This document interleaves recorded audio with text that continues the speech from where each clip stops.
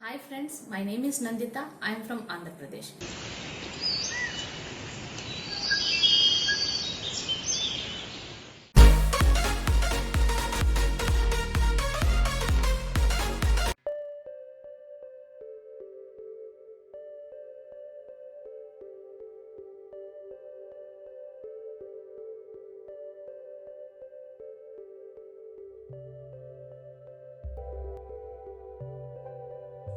Let us discuss about proteins.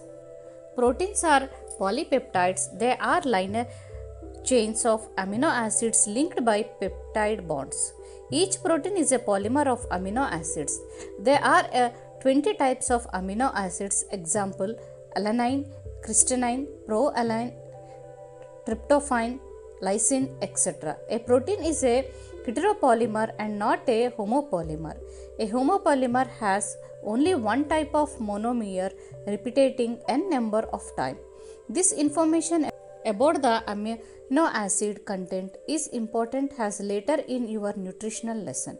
You will learn that certain amino acids are essential for our health and they have to be supplied through our diet. Hence, dietary proteins are the source of essential amino acids. Therefore, amino acids can be essential or non essential amino acids through our diet food. Proteins carry out many functions in living organisms. Some transport nutrients across cell membrane and some fight infectious organisms, some are hormones, some are enzymes, etc. Collagen is the most abundant protein in animal world and ribulose biphosphate carboxylase oxidase means rubisco is the most abundant protein in the whole of the biosphere.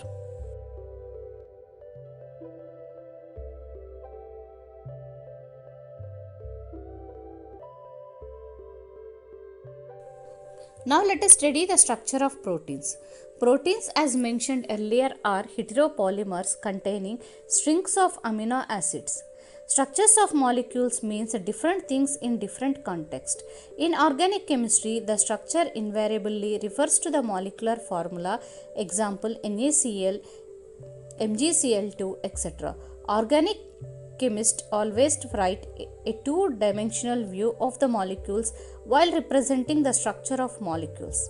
Physics conjure up the three-dimensional view of molecular structure while biologists describe the protein structure at four levels. The sequence of amino acids, that is the positional information in a protein, which is the first amino acid, which is the second one, and so is called the primary structure of a protein. A protein imagined as a line, the left end represented by the first amino acid and the right end represented by the last amino acid. The first amino acid is called as N-terminal amino acid. The last amino acid is called the C-terminal amino acid. A protein thread does not exist throughout as an extended rigid rod. The thread is folded in the form of helix. Of course, only some portions of the protein thread are arranged in the form of a helix. In proteins only, right hand helices are observed. Other regions of protein thread are folded into other forms in what it is called secondary structure.